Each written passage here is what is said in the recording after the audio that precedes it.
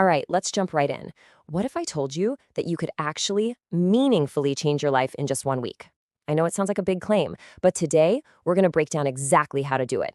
We're not talking about some massive, impossible overhaul. We're talking about 5 small, really powerful adjustments. Yeah, it's a pretty bold question, right? But seriously, think about it. Are you ready to meet a totally different version of yourself in just 7 days? No, this isn't magic. It's way simpler than that.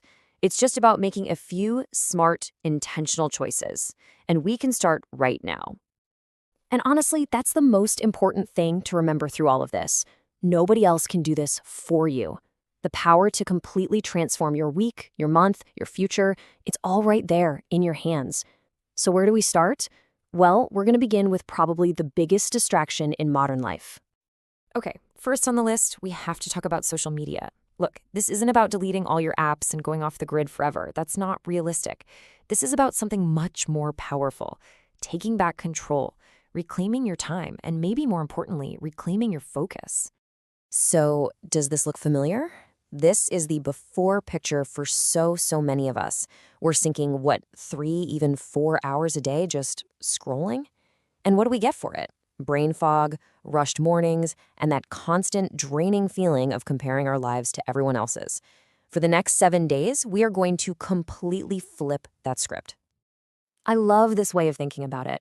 That endless scroll, it's literally like leaving a faucet on, just flooding your brain with nonstop information, opinions, and ads. You can't think straight. So limiting your time on these apps, that's you walking over and turning off the tap. It's how you finally give your mind some space to breathe and actually think clearly again. So, how do we actually do this? It's super simple, just 2 steps. First, you're gonna use a timer. Every time you open one of those apps, set it for 20 minutes. And when that timer goes off, you're done. You close the app. That's it. Second, schedule it. A little in the morning, a bit at lunch, maybe once at night. That's all. This tiny change is huge because it puts you back in the driver's seat, not some algorithm. All right, so we're starting to clear out that mental clutter. Now let's talk about the fuel you're actually putting into your body. Our second adjustment is all about jacking up your energy levels by just thinking a little differently about your diet. You know, we have to be real about the hidden cost of some of our favorite foods. All that fried and fatty stuff, it just clogs up your system, right? It leaves you feeling sluggish and tired. And sugary foods? Oh man, they give you that amazing 5-minute high, but it's followed by a guaranteed crash that just tanks your mood and your focus. It's a vicious cycle. And here's the crazy part. That's all it takes. We're just talking about 7 days. In just 1 week of cutting back on this stuff, you will feel a genuine difference. You'll feel lighter, you'll have more energy. Heck, you might even see your skin start to clear up. Your body is just waiting to thank you. And believe me, it happens fast. Okay, adjustment number 3. This one is a total game changer, a really powerful mental hack for whenever you feel stuck. It's all about taking that swirling chaos that's in your head and getting it down on paper, where you can actually look at it and deal with it. I mean, we've all been there, right? You have a problem that just feels so huge, so overwhelming. It's like staring at a giant brick wall. There's no way around it. And your thoughts just go in circles over and over, never finding a way forward. But check this out. This simple 3-step method can totally break that cycle. Step 1, just write the problem down. Get it out of your head and onto a piece of paper. Right away, it feels smaller, more manageable. Step 2, brainstorm at least 3 possible solutions. They don't have to be perfect, just 3 ideas. And then, step 3, just pick one and do the very first tiny thing you can to move forward on it. And just like that giant wall of worry you were staring at, it's gone. Now you've got 3 possible paths you can walk down. You're not stuck looking at an obstacle anymore. You're looking at options. See? This simple little trick puts the control right back where it belongs, with you. Okay, so we're clearing out those mental roadblocks. Let's take that exact same idea and apply it to our physical space. Adjustment number 4 is all about the surprisingly powerful feeling you get when you let go of stuff you don't use anymore. Take a look at your closet. This is pretty much what it looks like for most of us, isn't it? We really only wear about 20% of the clothes we own. The other 80%? It's stuff that doesn't fit, impulse buys we regret, sentimental things we never actually touch.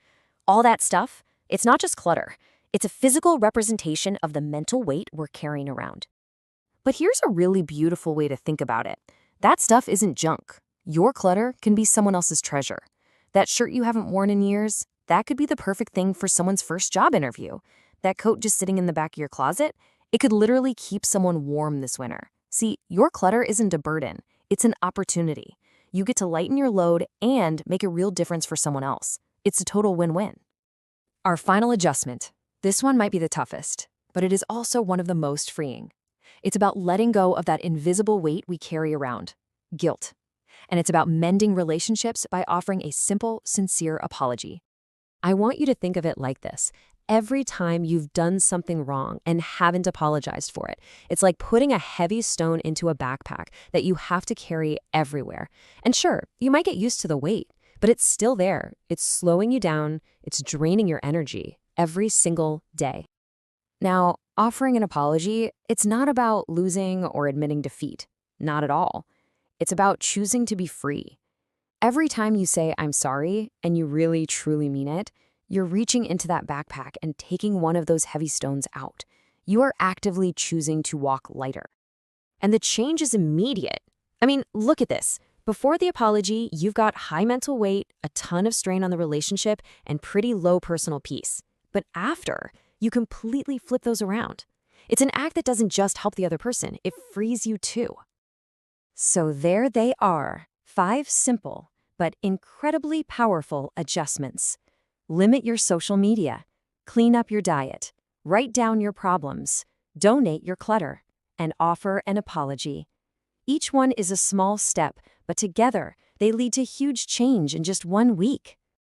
And that brings us right back to the most important question. Because this isn't just about listening to ideas, it's about doing something. So look at this list again. Right now, today, which one of these are you going to start with? The choice and the power is all yours.